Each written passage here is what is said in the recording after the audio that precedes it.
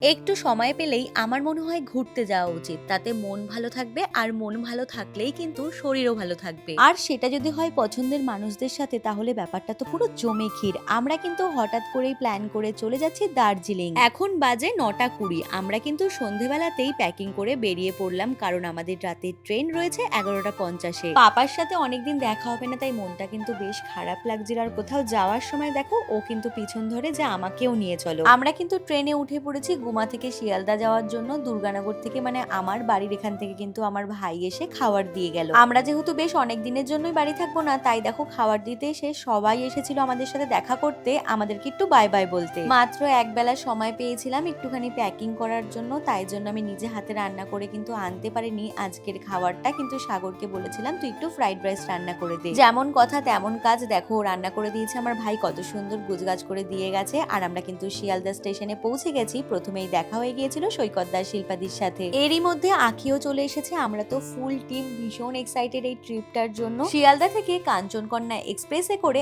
আমরা যাব শিলিগুড়ি। রাত ১১টা ৫০ আমরা কিন্তু ট্রেনে উঠে পড়েছি আর ট্রেন ছেড়েও দিয়েছে। এদিকে আমরা সিটটাও দেখে নিলাম কার কোনটা সিট রয়েছে। জানো তো আমরা কিন্তু দুদিন আগেই টিকিট কেটেছি আর আমাদের ট্রেনের টাইম ছিল প্রথমে ৮টা ১০-এ, কিন্তু আমাদের ট্রেনটার টাইম চেঞ্জ হয়ে আমাদের টাইম হয়ে যায় ১১টা ৫০। যেহেতু রাতের ট্রেন আমরা ঠিক করেছি ডিনারটা একটু তাড়াতাড়ি করে নেওয়া যাক, তারপরে গল্প আড্ডা তো হতেই থাকবে। আর আমি তো এনেছি মিক্সড ফ্রাইড রাইস আর আখি কিন্তু আজকে এনেছে চিকেন কষা। আর জানো তো আমার আর শিল্পাদির কিন্তু এই ফ্রাইড রাইস, চিকেন কষা বা চিলি চিকেন এই কম্বিনেশনটা সব থেকে ফেভারিট। এত পছন্দের খাবার পেয়ে আমি তো আর ওয়েট করতে পারছি না, আমি আর শিল্পাদি খাওয়াও শুরু করে দিলাম। এদিকে আখি সবাইকে খাবার বেড়ে দিচ্ছে। আর আজকে চিকেন কষা আর ফ্রাইড রাইস দুটোই দারুণ টেস্টি হয়েছে। আচ্ছা, শুধু ভিডিও দেখলেই হবে? কে কোথা থেকে ভিডিওটা দেখছো অবশ্যই কমেন্টে জানাও। তার সাথে কার কার এরকম ফ্রাইড রাইস, চিকেন কষা বা চিলি চিকেন সব থেকে পছন্দের সেটাও কমেন্টে জানিও। কলকাতায় এই মুহূর্তে যেই পরিমাণে গরম পড়েছে আমার মনে হয় সবারই একটু সময় বের করে পাহাড়ে ঘুরতে যাওয়া উচিত। আর দেখো আমরা কিন্তু এরকম দারুণ লোভনীয় খাবার দিয়ে ডিনারটা ঝটপট করে সেরে নিলাম। ডিনারটা কমপ্লিট করে তারপরে কিন্তু আমরা ঠিক করেছিলাম সবাই একটু ঘুমিয়ে নেব, যেহেতু সকাল সকাল আমাদের নেমেই কিন্তু আমাদের অনেক ট্রাভেল রয়েছে। আর দেখো সবাই কিন্তু ঘুমানোর প্রস্তুতিও নিয়ে নিয়েছে। রাতে এইরকম সুন্দর